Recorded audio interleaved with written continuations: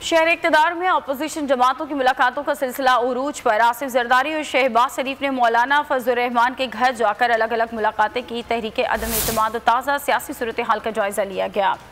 मौलाना फजलुर रहमान और शहबाज शरीफ के दरमियान जलसे से मुताल्लिक भी बातचीत हुई।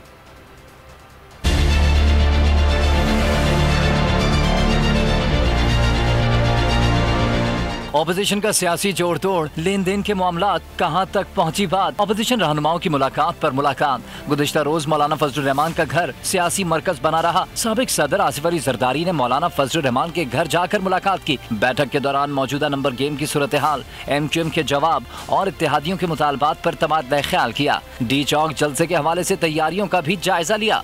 आसिफ अली जरदारी के बाद शहबाज शरीफ ने मौलाना फजलुर रहमान के घर की राह ली। मुलाकात में अपोजिशन जमातों के दरमियान तय होने वाले मामला पर गुफ्तगू की गई।